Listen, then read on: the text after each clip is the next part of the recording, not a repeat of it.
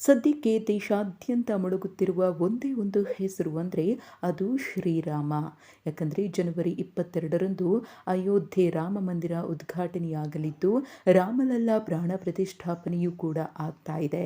ಆ ನಿಟ್ಟಿನಲ್ಲಿ ರಾಮನೂರಿನಲ್ಲಿ ಈಗಾಗಲೇ ಹಬ್ಬದ ವಾತಾವರಣ ಮನೆ ಮಾಡಿದ್ದು, ಪ್ರತಿ ಮನೆಗಳಲ್ಲೂ ಕೂಡ ಜೈ ಶ್ರೀರಾಮ ಘೋಷವಾಕ್ಯ ಮೊಳಗುತ್ತಿದೆ. ಪ್ರತಿಯೊಬ್ಬರೂ ಕೂಡ ರಾಮನೂರಿನಲ್ಲಿ ರಾಮನ ಪ್ರಾಣ ಪ್ರತಿಷ್ಠಾಪನೆ ಆಗೋದನ್ನು ಕಣ್ತುಂಬಿಕೊಳ್ಳೋಕೆ ತುದಿಗಾಲಲ್ಲಿ ನಿಂತಿದ್ದಾರೆ. ಇನ್ನು ಪ್ರಧಾನಿ ನರೇಂದ್ರ ಮೋದಿಯವರು ದೇಶವಾಸಿಗಳ ಪ್ರತಿನಿಧಿಯಾಗಿ ಜನವರಿ 22ರಂದು ರಾಮ ಮಂದಿರವನ್ನು ಉದ್ಘಾಟನೆ ಮಾಡ್ತಿದ್ದಾರೆ. ಆ ಕಾರಣಕ್ಕೋಸ್ಕರ 11 ದಿನಗಳ ಕಠಿಣ ವ್ರತವನ್ನು ಕೈಗೊಂಡಿದ್ದಾರೆ.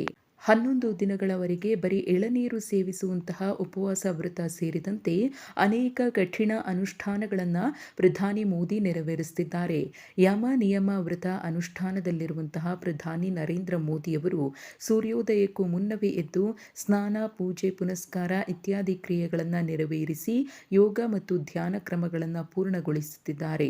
ಅಲ್ಲದೆ ಸಾತ್ವಿಕ ಆಹಾರವಾಗಿ ಬರೀ ಎಳನೀರನ್ನಷ್ಟೇ ಸೇವನೆ ಮಾಡುತ್ತಿದ್ದು, ಹೊದಿಕೆಯನ್ನ ಹೊದ್ದು ಕೇವಲ ನೆಲದ ಮೇಲೆ ಮಾತ್ರ ಮಲಗುತ್ತಿದ್ದಾರೆ. ಪ್ರಾಣ ಪ್ರತಿಷ್ಠಾಪನೆಗೂ ಮುನ್ನವೂ ಉಪವಾಸ ವ್ರತ ಆಚರಿಸುವ ನಿಯಮವಿದ್ದು, ಈ ಎಲ್ಲಾ ನಿಯಮಗಳನ್ನು ಪ್ರಧಾನಿ ನರೇಂದ್ರ ಮೋದಿಯವರು ಚಾಚು ತಪ್ಪದೆ ಪಾಲನೆ ಮಾಡುತ್ತಿದ್ದಾರೆ.